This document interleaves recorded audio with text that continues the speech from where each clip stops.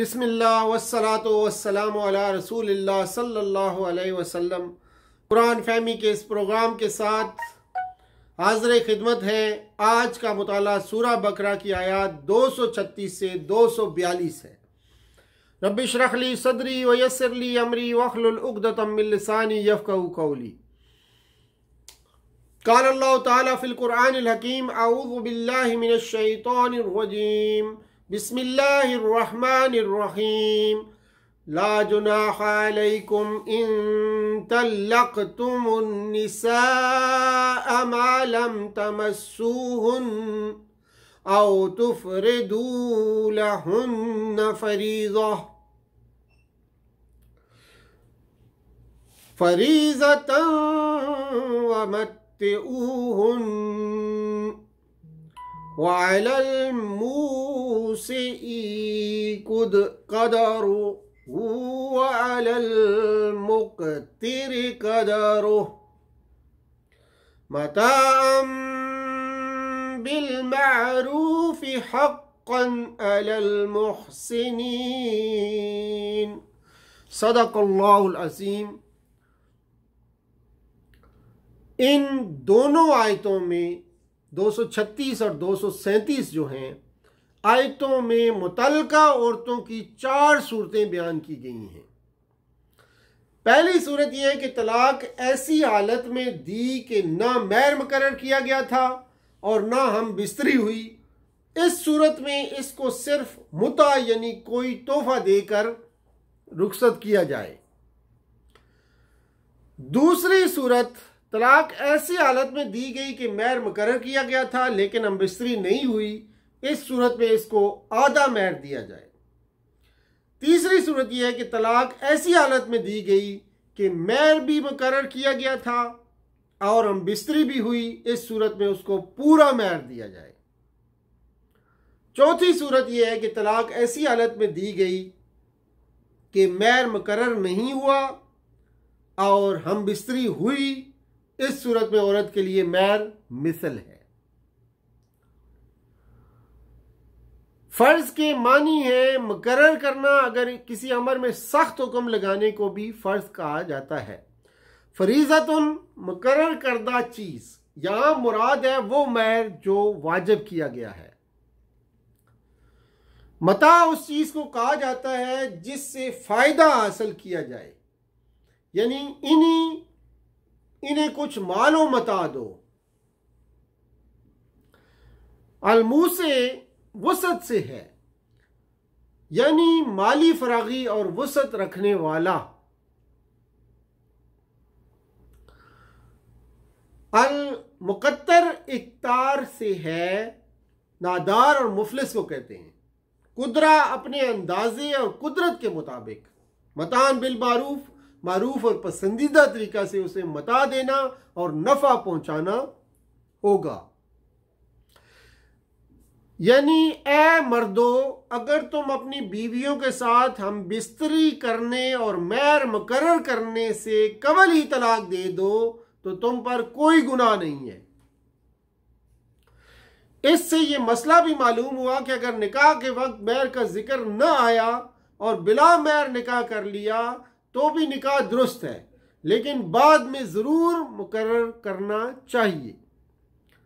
चूंकि इसमें औरतों का नुकसान जरूर है, इसलिए इसकी तलाफी और औरतों की दिलजोई के लिए मुता जरूर देना चाहिए, यानी कि तोहफा। दूसरी आयत में इन औरतों का जिक्र है जिनका महर मुकर्रर किया गया है लेकिन हम बिस्तरी नहीं हुई थी तो तलाक हो गया। ऐसी मुतल्लका औरतों के लिए निस्फ महर है। इल्ला अन याफून, मगर अगर वो इसको माफ कर दें, यानी वो इस आधे महर को लेना छोड़ दें। औ याफूल लज़ी बेयदिही उक़दतुन निकाह, या वो शख्स माफ कर दे जिसके हाथ में निकाह की गिरा है। सही मसलक के मुताबिक इससे मुराद शोहर है, न कि औरत का वली, क्योंकि शोहर ही वो शख्स है जो निकाह की गिरा खोल सकता है। इसके बाद अल्लाह ताला ने मर्दों को अपना हक माफ़ करने यानी पूरा महर अदा करने की तरगीब दी है। यानी अल्लाह ताला को पसंद ये है कि मर्द पूरा महर अदा कर दे। गोया कुरान ने मर्द को उकसाया है कि इसकी मर्दाना बुलंद हौसलगी और इसके दर्जे और मर्तबे का तकाजा ये है कि वो औरत से अपने हक की दस्तबरदारी का ख्वाहिशमंद न हो।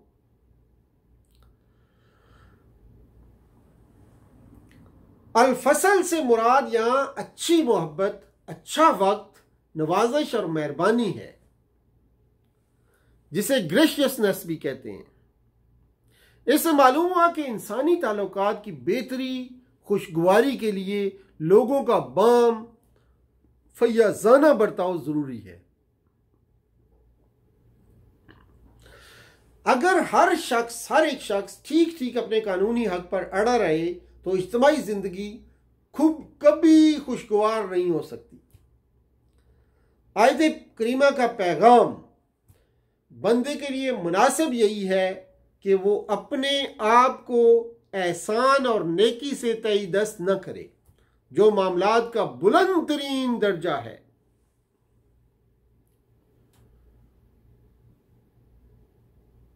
लोगों के आपस में मामलात के दो दर्जे हैं। पहला अदल व इंसाफ, जो कि वाजिब है, यानी हक वाजिब लेना और किसी को हक वाजिब से उसे अदा करना, किसी का भी जो हक वाजिब है उसको अदा करना। दूसरा फजलो एहसान, और इससे मुराद ये है कि किसी को कुछ अता करना जिसका अता करना वाजिब ना था, और अपने हकूक के बारे में चश्मपोशी और मसाहमत से काम लेना।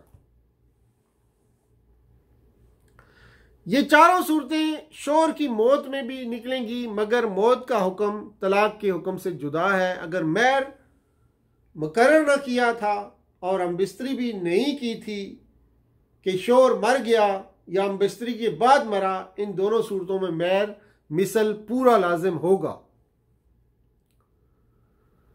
और अगर महर मुकर्रर किया और हमबिस्तरी हुई या ना हुई हो तो इन दोनों सूरतों में जो महर मुकर्रर हुआ था वो पूरा देना होगा।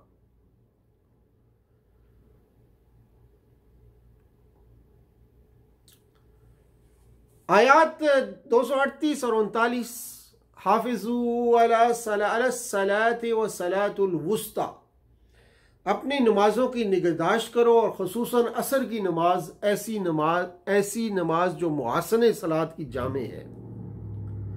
तलाक के हुक्म में नमाज के हुक्म को बयान फरमाने की वजह यह है कि दुनिया के मामलात और बामी नजात में पढ़कर कहीं अल्लाह की इबादत को ना भूल जाओ, या ये कि हवा व हवस के बंदों को बवजह गलबा, हिर्सो बुखल, अदल को पूरा करना और इंसाफ से काम लेना, और वो भी रंज और तलाक की हालत में बहुत ही दुश्वार है। तो इसका इलाज बताया कि नमाज की मुहाफिजत और इसकी पाबंदी और इसके हुकूक की रियायत उम्दा इलाज है। कवानीन तमद्दन माशरत बयान करने के बाद अल्लाह ताला ने इस तकरीर को नमाज की ताकीद पर ख़त्म फरमा दिया, क्योंकि नमाज ही वो चीज़ है जो इंसान के अंदर अल्लाह का खौफ, नेकी, पाकीज़गी के जज्बात और एकामे इलाही की अताअत का मादा पैदा करती है और इसे रास्ते पर कायम रखती है। ये चीज़ ना हो तो इंसान भी इलाही कानून की पाबंदी कभी साबित कदम, इस पाबंदी पर कभी साबित कदम नहीं रह सकता, और आखिरकार इस नाफरमानी की रो में बह निकलता है जिस पर यहूदी बह निकले थे।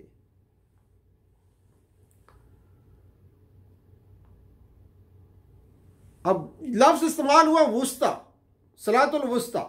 वुस्ता के मैंने बीच वाली नमाज है, बीच वाली नमाज, और ऐसी चीज की भी जो आला और अशरफ हो। सलातुल वुस्ता से मुराद बीच की नमाज भी हो सकती है और ऐसी नमाज भी जो सही वक्त पर पूरे खुशू और तवज्जो इल्लाह के साथ पढ़ी जाए। ये आयतें खौफ, अमन और हर हालात में नमाज की हिफाजत से मुताल्लिक हैं। हर हालात में नमाज की हिफाजत करनी है। तो फरमाया अऊज़ु बिल्लाहि मिनश शैतानिर रजीम, बिस्मिल्लाहिर रहमानिर रहीम। हाफिज़ू अला सलाति व सलातिल वुस्ता व क़ूमू लिल्लाहि क़ानितीन फ़इन ख़िफ़्तुम फ़रिजालन औ रुकबाना फ़इज़ा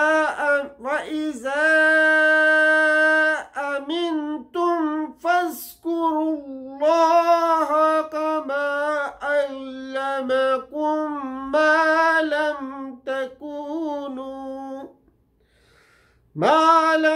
तकूनु तालमून। इन दो आयतों में बीवी और मुतल्लका दोनों से मुतल्लिक बाद ज़िमनी हदायत हैं जो बाद में नाज़िल हुई, और ये ख़ात्मा कलाम है। वल्लज़ीन यतवफ़्फ़ौना मिनकुम, अज़वाजा यहाँ पे जो लफ्ज़ आया है यानी जो लोग तुम में से वफ़ात पा जाएं और पीछे बीवियां छोड़ रहे हों, उनको चाहिए कि अपनी बीवियों के हक़ में ये वसीयत कर जाएं कि 1 साल तक इनका नान नफ़का दिया जाए और वो घर से न निकाली जाएं। ये हुक्म अव्वल था। इसके बाद जब आयत मीरास नाज़िल हुई और औरतों का हिस्सा भी मुकर्रर हो चुका, उधर औरत की इद्दत 4 महीने 10 दिन की ठहरा दी गई। तब से इस आयत का हुक्म मौकूफ हुआ और तमाम मुतल्लका औरतों के लिए मुता है दस्तूर के मुताबिक। इससे पहले मुता का हुक्म इस तलाक पर आ चुका है कि ना महर ठहरा हो, ना शोर ने हम बिस्तरी की हो तो तोहफा दिया जाए। अब इस आयत में वो हुक्म सबके लिए आ गया, मगर फ़र्क सिर्फ इतना है कि तमाम मुतल्लकात के लिए ये हुक्म मुस्ताहब है, वाजिब नहीं, और पहली सूरत में ज़रूरी और वाजिब है।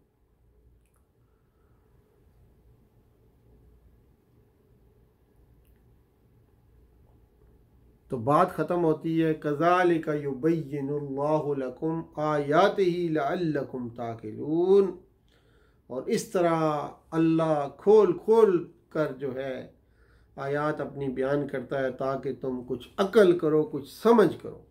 व आखिर दावाना अल्हम्दुलिल्लाहि रब्बिल आलमीन व सल्लल्लाहु तआला अला खैरि खल्क़ि मुहम्मदिन व अला आलिहि व अस्हाबिहि अजमईन बिरहमतिका या अरहमर राहिमीन। वस्सलामु अलैकुम व रहमतुल्लाहि व बरकातुहू।